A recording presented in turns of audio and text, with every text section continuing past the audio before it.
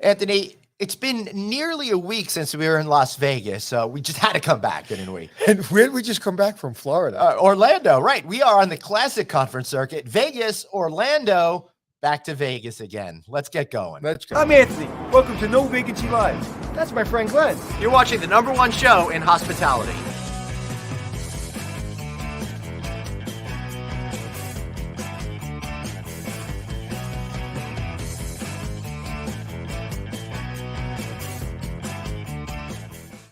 Hey, everybody. Welcome to No Vacancy Live. Of course, that's Anthony Melchiori. I'm Glenn Hausman, and we are coming to you from Las Vegas, Nevada. Great to see you here again, my friend. Great to see you. You have this beautiful suite behind you. Yeah, look at that. And I look like I'm on the Joe Rogan Experience. Well, I'm right. We're both where we want to be. I'm literally across the table from him. Here, touch my hand. That's how close we are. Touch my hand. So, yeah, it's great to be here again. My voice is going. We've been hitting the road. Yesterday, I came back from Florida, was in this back home for a couple of hours because I had a personal issue. And then I had to fly back to Vegas. So yesterday was literally my second 24-hour travel day. Wow. I think it's incredible that you left at 5 in the morning or something like that from Orlando, from the incredible event that we were at this weekend in Orlando. You flew home for a few hours, and then you came out here to Vegas. That's pretty impressive, man. Yeah. So, well, I'm here because we're working with a company, and you're doing a lot of great things over and above some of the meetings we're doing. What are you doing? Right? All right, so we're here attending the IHG's annual conference, and right behind me is a beautiful suite here at the Palazzo, which is, of course, the Venetian Palazzo Resort here in fabulous Las Vegas. I'm excited, Anthony, because one of the things that we love to do is get out and speak in front of people, and that's what we did on Saturday. We did a great program together, you and me on stage, where we really help problem solve some of the biggest issues that are out there in hospitality right now. And tomorrow, I've got the distinct honor of being able to interview Keith Barr, the CEO of IHG Global, as well as Elie Maalouf, the CEO from here in the Americas, during a general session, as well as hosting another session where I'm going to be interviewing some of their brand leaders as well. Right. And we're hired to do things like this. One of the things that people don't understand is how much goes into it behind the scenes.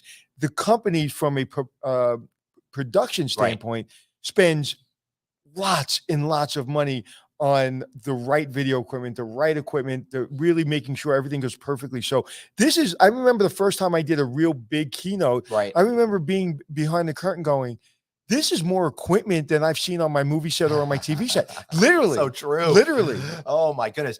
Dude, from what I understand, today we are in a mock-up room of what it's going to look like, and they put the outlines of the floor, what the stage is like on the floor.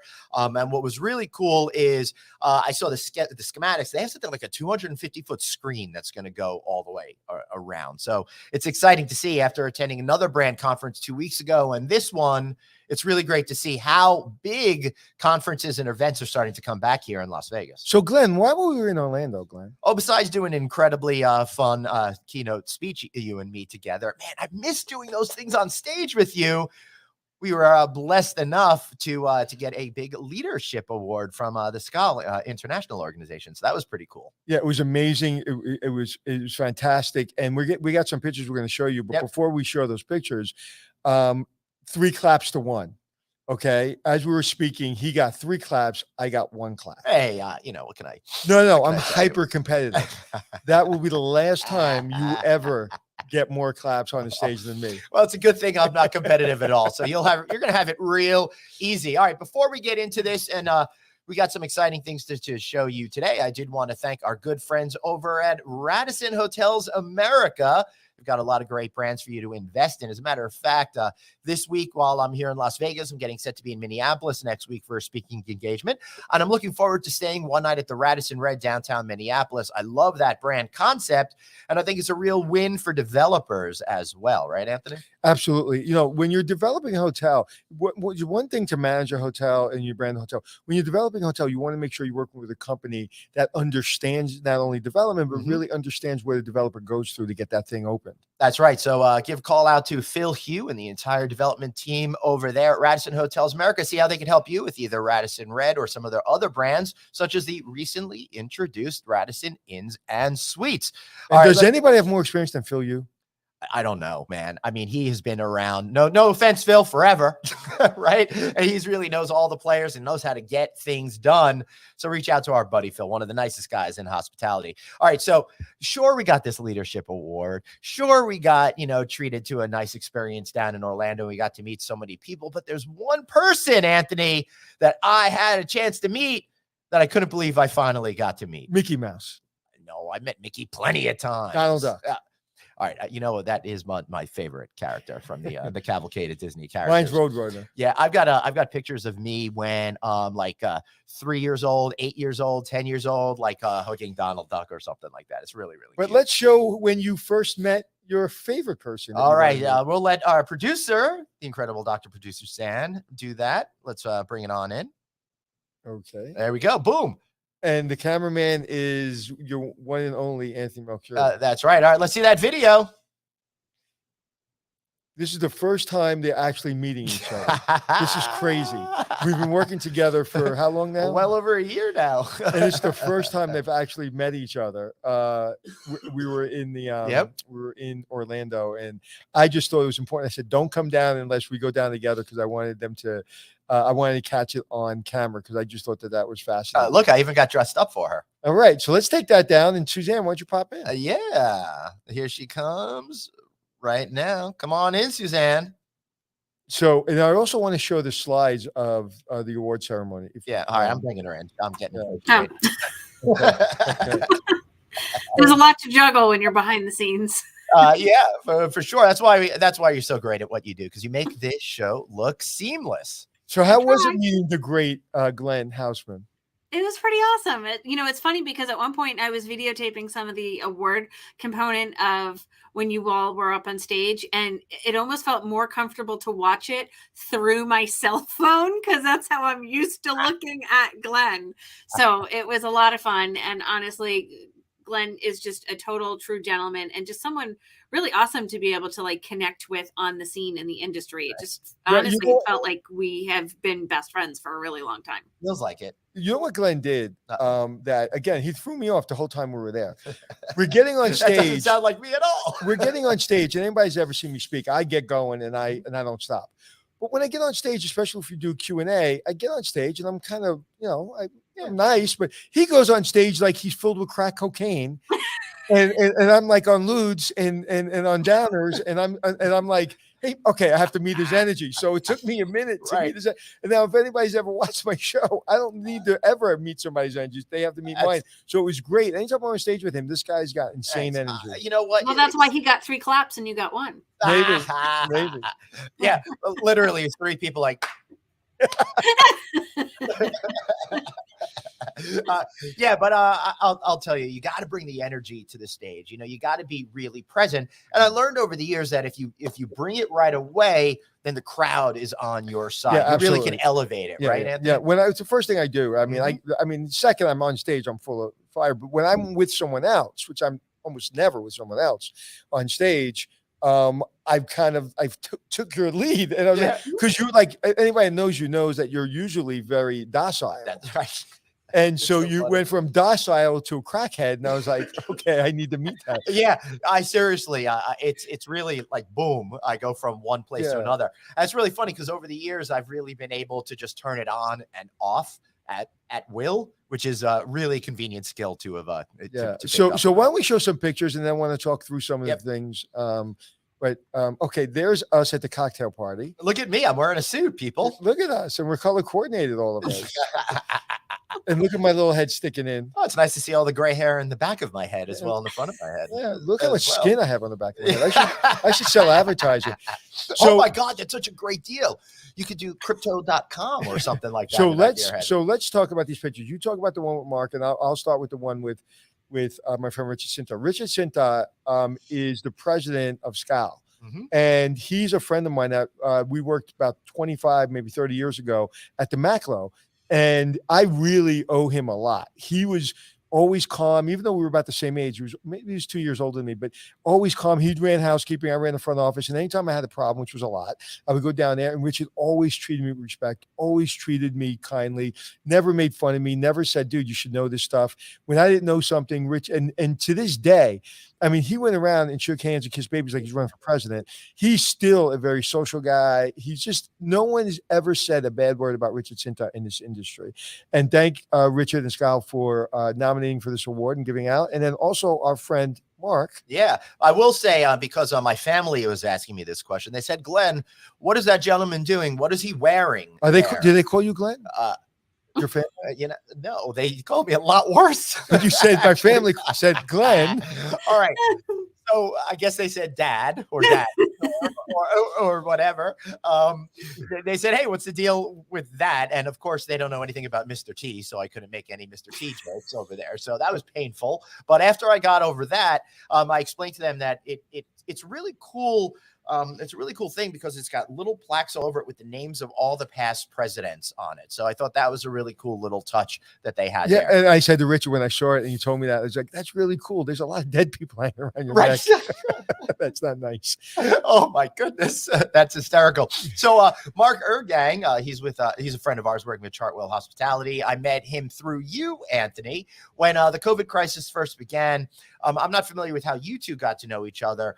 But the two of you said, hey, as we're going online doing these live broadcasts every day, let's see if we could help the hospitality community. And we put together a big fundraiser where we asked folks to donate every single day on our show. Wound up raising a nice amount of money for some folks to help get them through in the times. And same time, I got to get to know Mark Ergang really well. He's got 2 new hotels opening at JFK in the impending months. And then he got me into being on the Long Island Hospitality Association board. He got me to join SCAL. So now he's got me involved in a lot of giving back to the community.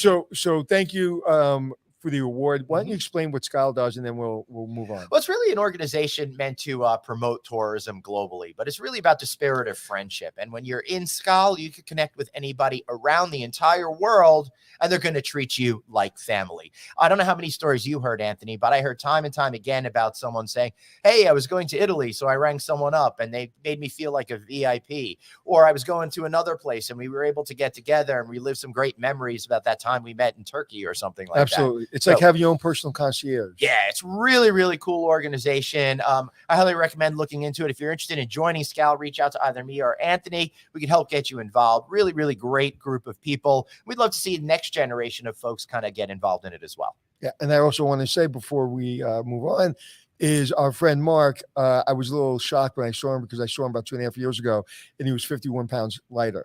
Heavier 2.5 years ago. So that would be terrible if I said 2.5 years ago, 51 pounds lighter. Well, yeah, Mark and I were joking around though. I'm like, hey, Mark, everyone's telling you how good you look. When you hear that, because when they tell me that, I hear, dude, you were fat last time I saw you. Well, listen, he was out of shape and he knew that. And he gets up every day at 4:30 and he eats well. And listen, I have a lot of respect for someone that doesn't talk about it, but is about it. So I can't believe he's going to the gym every single day at 4:30. Yeah. It's funny. I said to him, I never ever work out when I'm on the road. And that morning he caught me going to the gym about 7 a.m. because my hamstrings were really tight. Yeah. So I actually made an exception. Anyway, so let's move on because today is. What is today? Tuesday. No, but what is today? What's the theme of today's show? Let's see how quick. Let's see if she knows. The theme is Ask Anthony and Glenn. There you go. But it's going to be a little complicated since it's a little pre-recorded. So if you guys have any questions, just drop me a note, Glenn@novacancynews.com. And the next time we do one of these things, we will answer them for you. But our producer is going to ask Anthony and Glenn. So you say you have a big question for us. What's the big question? It is time. I am expecting you to look deep into your crystal ball and give us your predictions for the next 12 months. I was worried you were going to say look deep into my soul, and I'd have to be. You don't have a soul. That would be hard. Then we'd be in trouble. And like Johnny Carson used to do. Karnak. Right? The great Karnak. That we're dating ourselves. All right. So what does the future look like? Okay. So Glenn, you want to go first? You want me to go first? And Suzanne, I want you to go first, but I have a feeling you're not going to say the future's so bright you got to wear shades. No. So Suzanne, we'll put you back in your behind the curtain, and she's right here. She lives right behind the curtain. Okay, so what we do from time to time, and we did it, I think we've done it every year, and we did it in the beginning of COVID. Yeah. And we're very positive on the show in many aspects. But asking me this question, I've got to really tell you how I'm feeling right now. There's a lot going on in the world.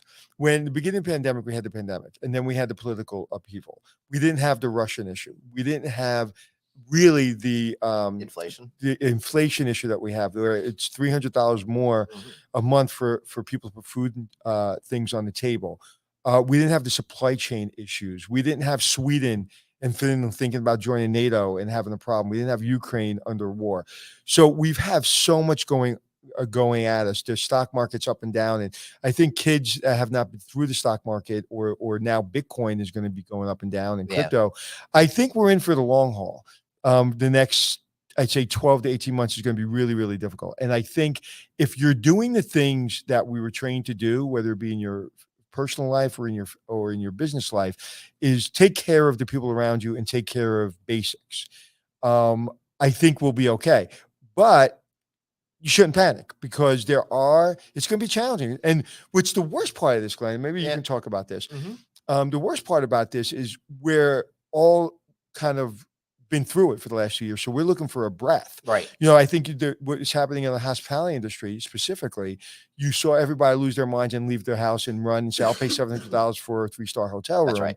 And I think now that people's stock portfolio is going to go down and other things are going to happen, you're going to start maybe see even, God forbid, layoffs. Who knows? I doubt that in the short term, but well, that's a good news. There's nobody working, so there's nobody to lay off. Well, no, everyone's working, but people are living off of their gig jobs, or they're living off of their stock, or they retired. With 70% of the people that left the workforce were retired. Right. 55, they left early. Yep. So I think we just got to be ready for it. You know me, I'm a person that I don't get nervous if I'm ready for something. If I'm not ready for something, I get a little overwhelmed. Well, that's the thing, Anthony. You're a real smart pragmatist. That's why I think it's great that you brought this up to us today, because we have been through a lot over the last years. And as much as we want everything to be over and just have a few moments of peace, and I know you're all burnt out there.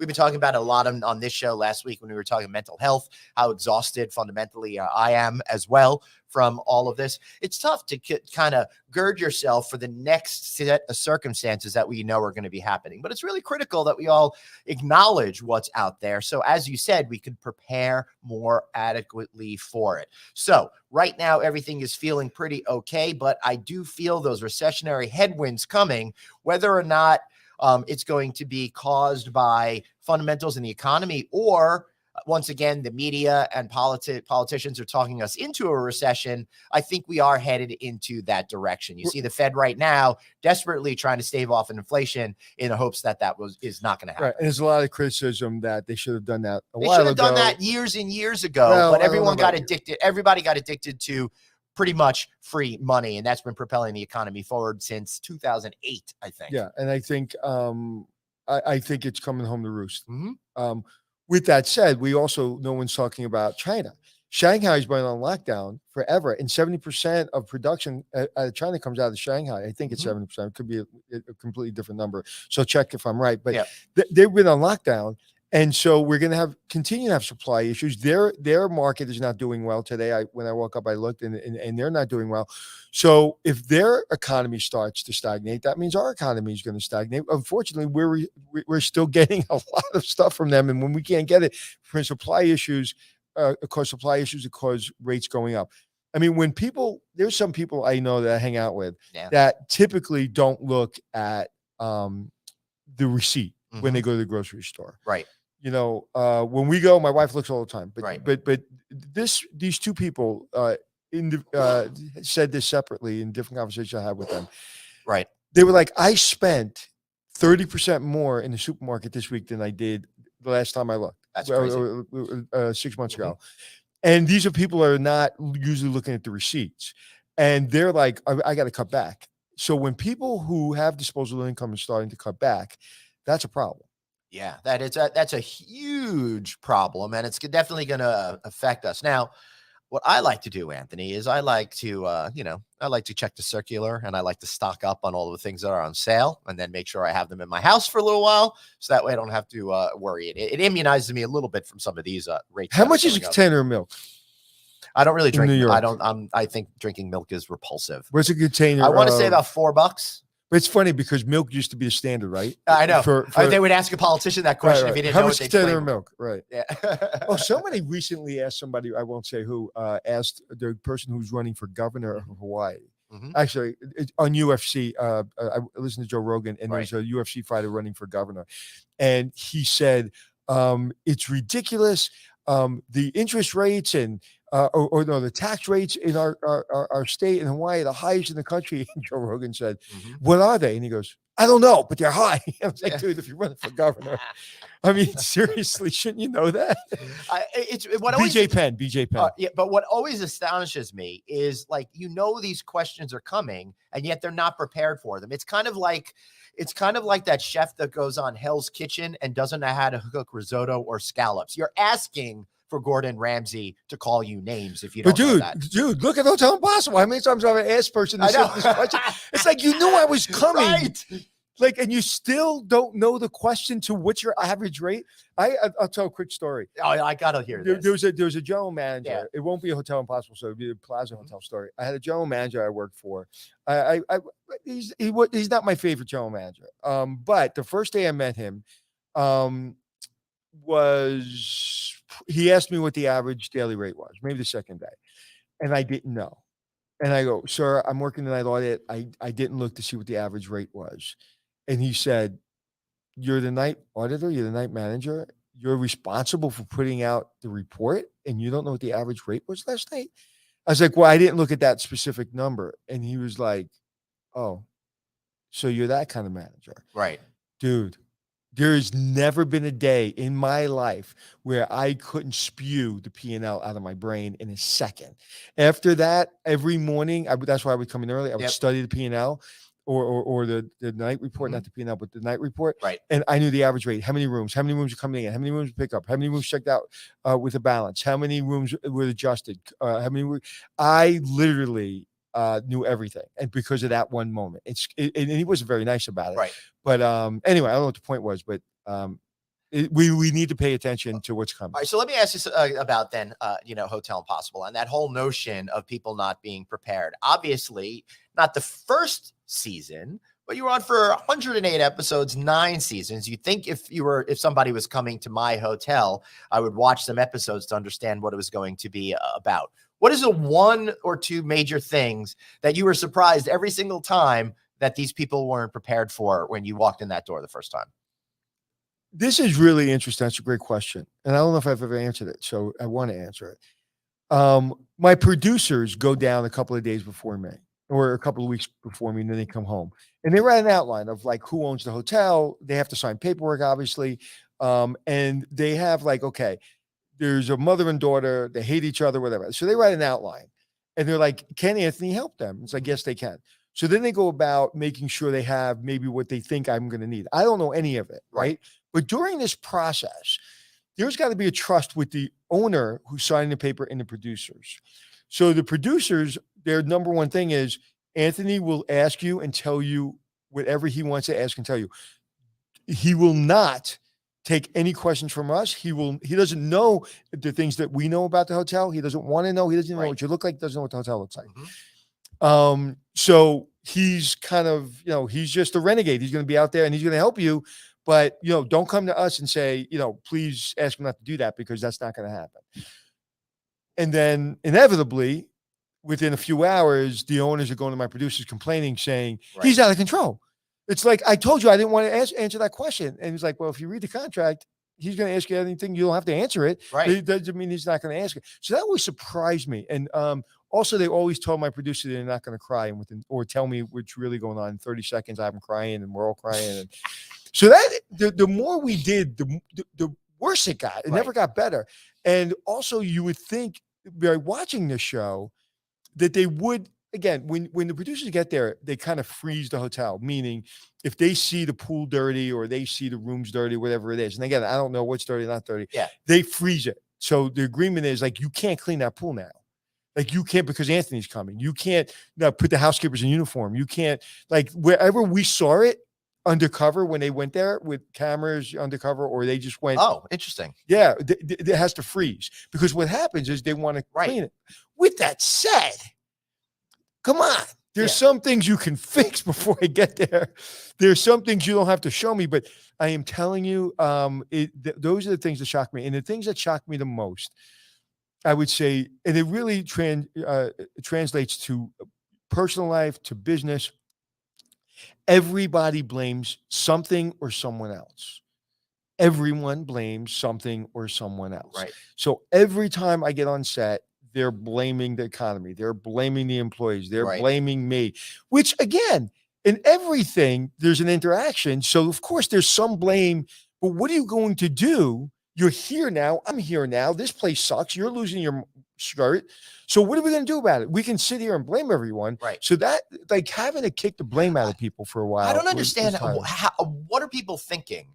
So they're blaming others, but if they don't solve their problems, they're still going to be in financial ruin. So why do psychologically do you think people just push it off on someone else, don't accept responsibility, and then sit on their hands all idle and not solve problems? Every one of us, once we realize we're the problem, we're better. Right. It's like, if you look at our friend Mark, we were just talking about, he gained 51 pounds. And the first thing that I hear from people when if they're gaining weight, I don't ask them, but they'll say, "Oh, I'm traveling so much and I can't do this, and I have no time for exercise," whatever. He made a decision. He probably made all those excuses for years. Right. And then he's like, screw it. I'm going to make time because it's my problem. It's my fault. Right. And we've all done it. People ask me all the time.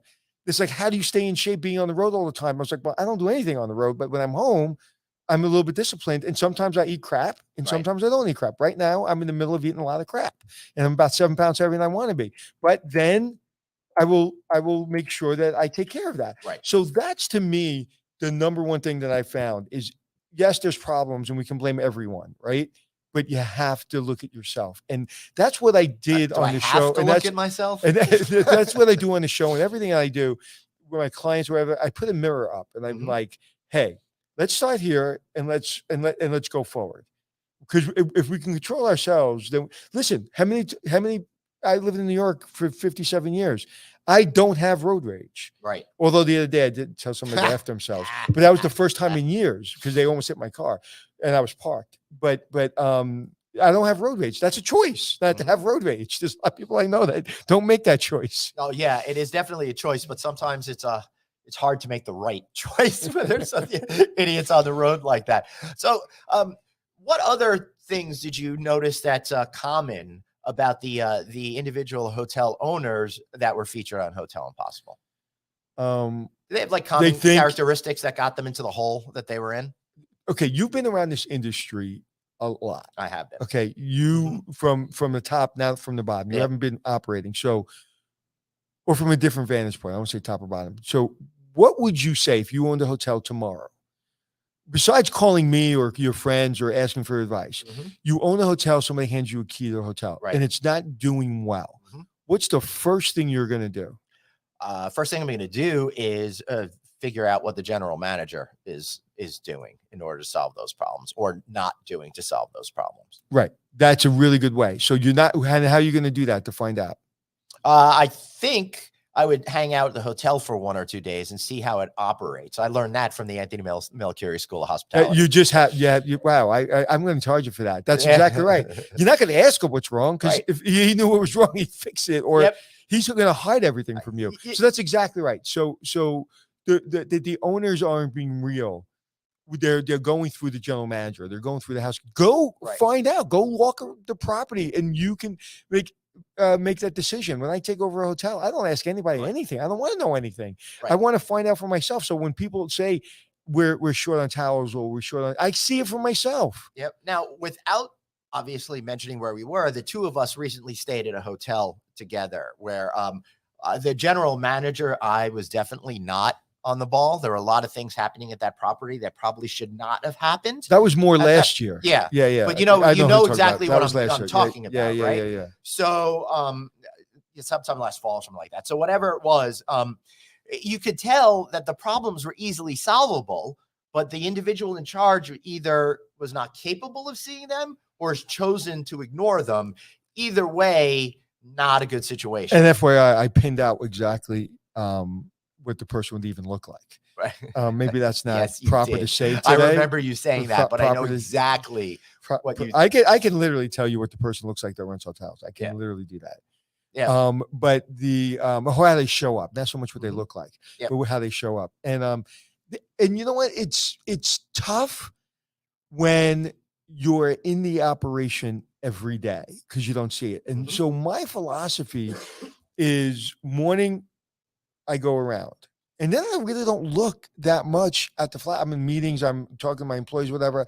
So, but having fresh eyes and trying to take a perimeter check every single day, but also it's a thing. Mhm. It's like what bothers me doesn't bother you, right? It's like we can talk about our idiosyncrasies, but there's some things that bother you that don't bother me. Right. Right? Like my collar, I like when my collar's tight. You don't really mind.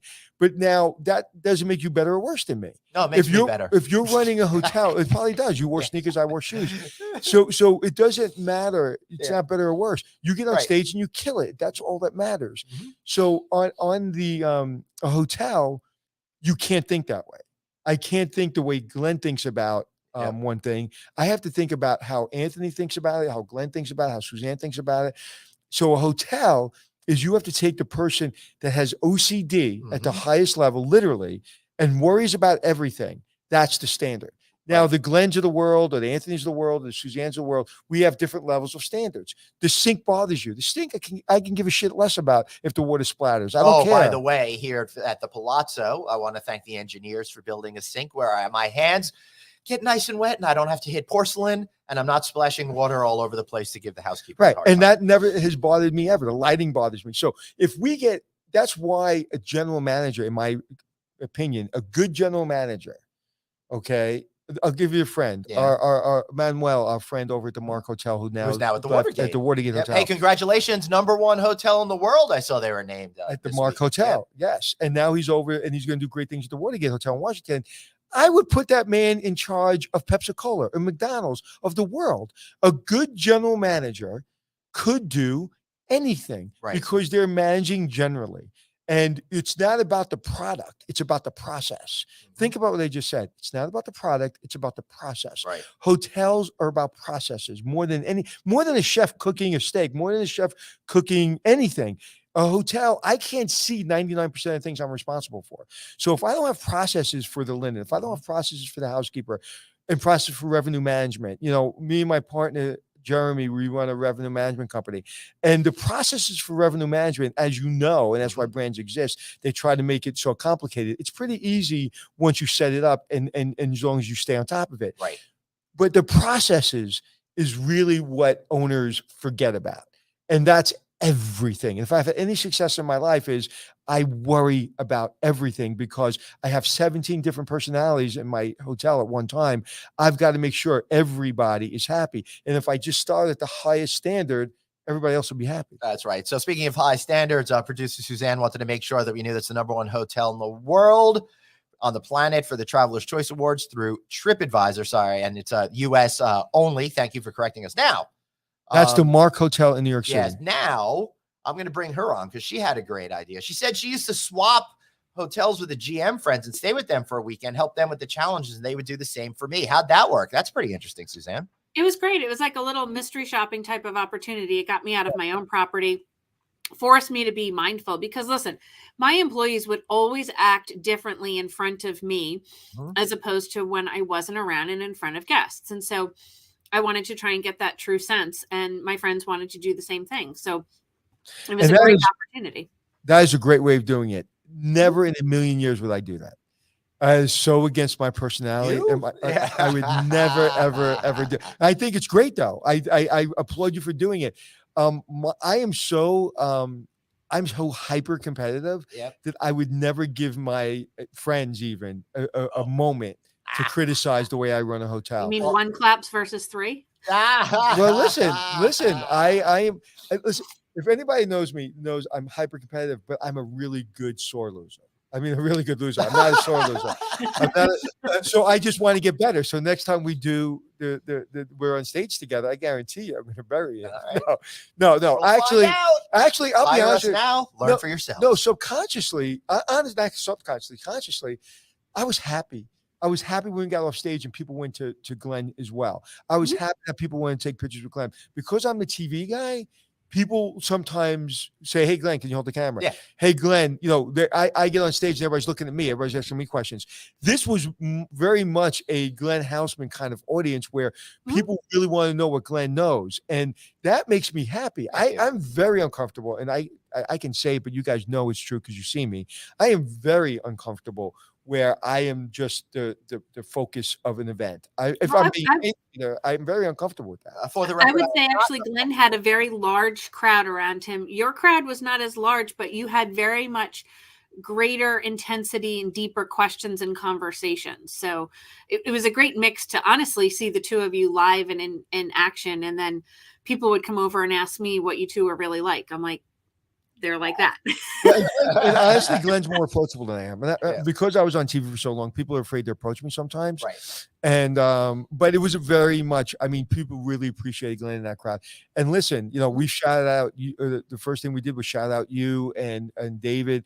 And this podcast doesn't work unless we're all on the same page. I think I contribute a lot because I have a lot of experience and I think I have a lot of personality, but I don't contribute anything in the technical field of this podcast.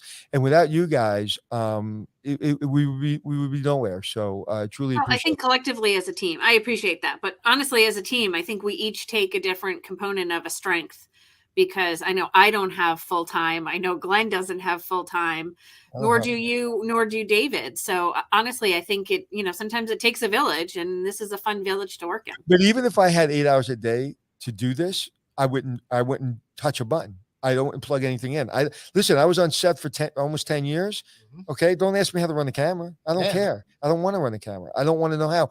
When I want to learn, then I'll become a real good student of it. But I have other things that interest me, and I don't, and I also have, what do you call it? I have, ADD. I have serious ADD. And as I get older, it's worse. So I'm, I got to make sure. Why'd you say it so quickly, Glenn? I wanted to say it before I forgot it because I can't focus anymore.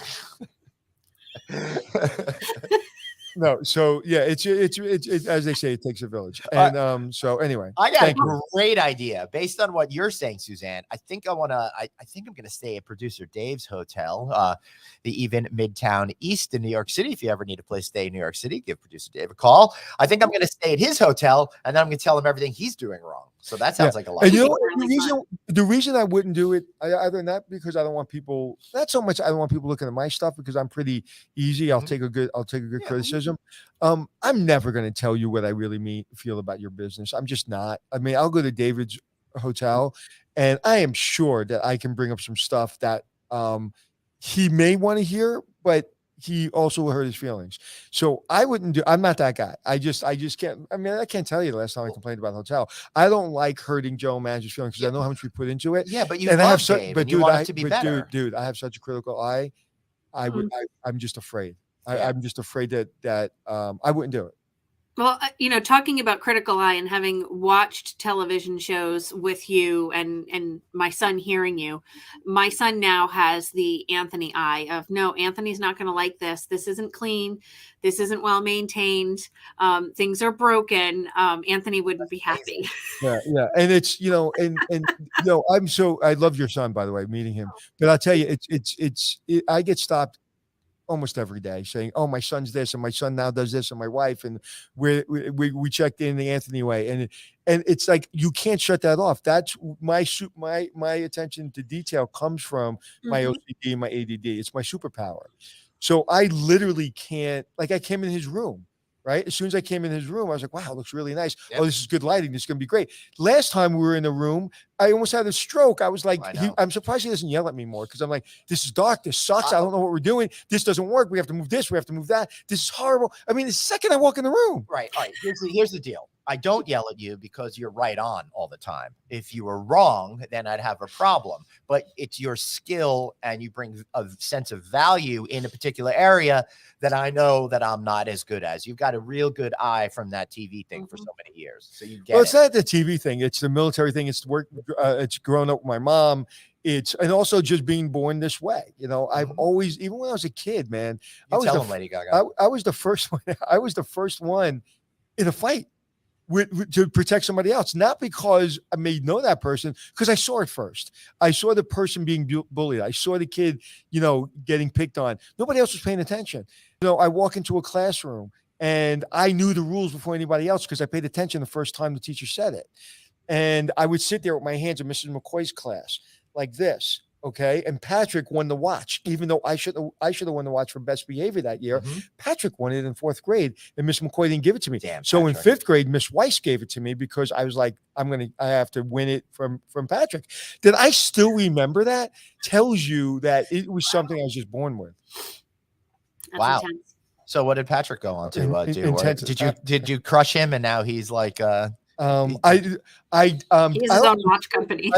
I don't remember, but I remember that and Patrick went on to be CEO of Breitling. It fueled me, man. It fueled me, and it also it allowed me. I think that level of intensity. We're gonna have my friend Alan Lee on the show. He promised me. Who's that? He's the CEO of a major hospital. Oh, cool. And he was a bellman. He worked for me, and he said, Anthony, I still remember this 20 years ago. He just texted me that night. He goes, I still remember our talks, right? The reason he remembers our talks is because I recognized something in him that a lot of people didn't recognize in him. Everybody loved him. Everybody loved Alan Lee, including Richard Sintot, who we were talking about before. Everybody liked him. But I noticed something in him because I'm a detail person that I've never noticed in another human being, right? At that point, I was like, no, he is way more special than me, way more special than anybody I've ever met. This guy's a different level. He's got the social skill, he's got the intelligence, and he's got the demeanor. This man could be president of the United States easily. And I recognize something in him. And now he's CEO of a major hotel, a major hospital in New York City. That's cool. And so it's just, so I think I was just born with it. And I've never really had anybody outside stop me from being me. I've always been in environments most of the time. I won't talk about a couple of jobs, but most of the time I was allowed to just be me, including on Travel Channel where, Brian Leonard said, put a camera on that guy and don't shut it off. Nice. I love it. Now, just so you guys know, a little show note on Wednesday, we're going to be running a little bit late, but we've got an incredible interview with Ellie Maloof, the CEO of IHG Americas. We're going to be doing that live from the trade show floor here. I think, Anthony, you have to go back to New York, so you're going to be home, but I'm going to be sticking around here. Now, does it work for you to have me patch in from New York? Yeah, I should. I'll find out this afternoon if there's a problem, and I'll let you know. Okay. I don't anticipate there being an issue. My nephew is graduating civil engineering school, Manhattan College, and I am going to cry the entire day. That's cool. And then on Thursday, we're going to do a show with Heather Balsley. She's been on this show before. She's a real wonderful executive at IHG. We're going to talk all about what they're up to in terms of loyalty. That should be a lot of fun. I know we're trying to stick to a little bit shorter show today. You guys have anything else you want to throw in? I would like to thank both of you for giving me the opportunity to join you for this past weekend. It was great to be in the presence of both of you and yet in a different presence. Normally, Anthony and I are always business and meeting and running pretty quick, but to be a little bit more social and then see both of you on stage and how well you both embraced my entire family. I cannot thank you enough. It's absolutely our pleasure and our honor to be with you. But what was really interesting is you got a view of me you've never seen before.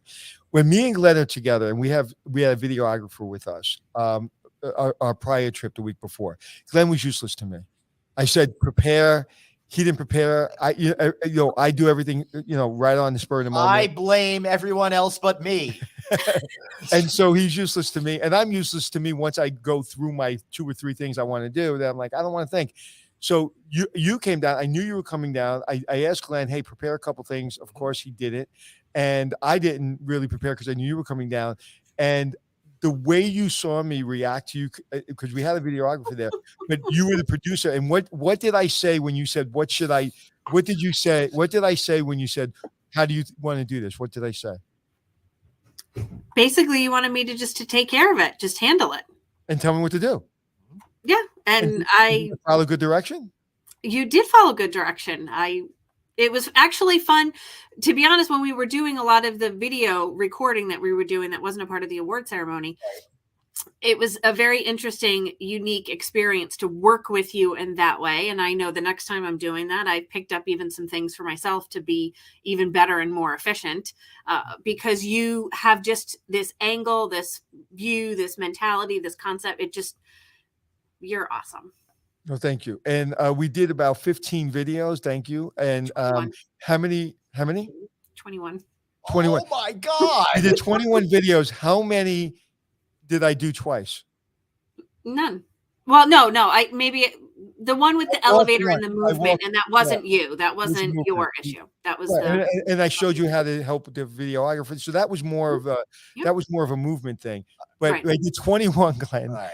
And it was succinct. They were pretty succinct, believe it or not. Well, and I never ever repeated myself. Well, the good news is I may have gotten more applause lines, but you definitely can knock out more videos without having to redo them than I and, did. and the reason being is it's just about being in a very stressful environment for so long that my number one job is to get the lunch, right? Mm-hmm.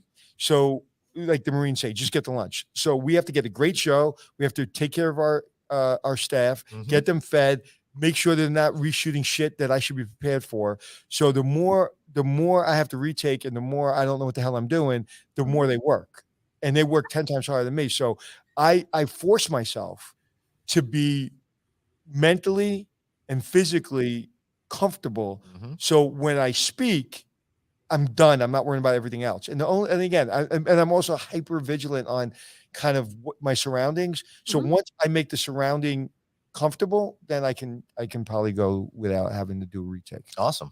And you two actually, you both celebrated the middle of the day really well. I didn't get that nap. Well, when you have 2 scotches at 1 o'clock and then you have an hour to 5, you sleep for 4 hours. 3 naps in my life. So that was nice. How many I took yesterday? I'm not a napper. All right. So we actually have a lunch. In a few minutes. So before we get out of here, I want to remind everybody, hey, if you're watching us on video, why not download the audio version of our podcast? Just type in No Vacancy Podcast into your browser and go to any place you get your shows. We are there. And of course, if you're listening to the audio feed right now, why not take a look at our beautiful little faces? Join us on video on Anthony's fan page on Facebook, either of our Instagram, either of our LinkedIn pages. And of course, we are at novacancynews.com on YouTube and on the internet, novacancynews.com. Any final words, my friend? No, sir. You have a nice hotel room here. Oops. All right. I'm going to go enjoy this room, but we're going to go get lunch first. Hey, Suzanne, before we do the official sign off, anything that you want to wrap up with?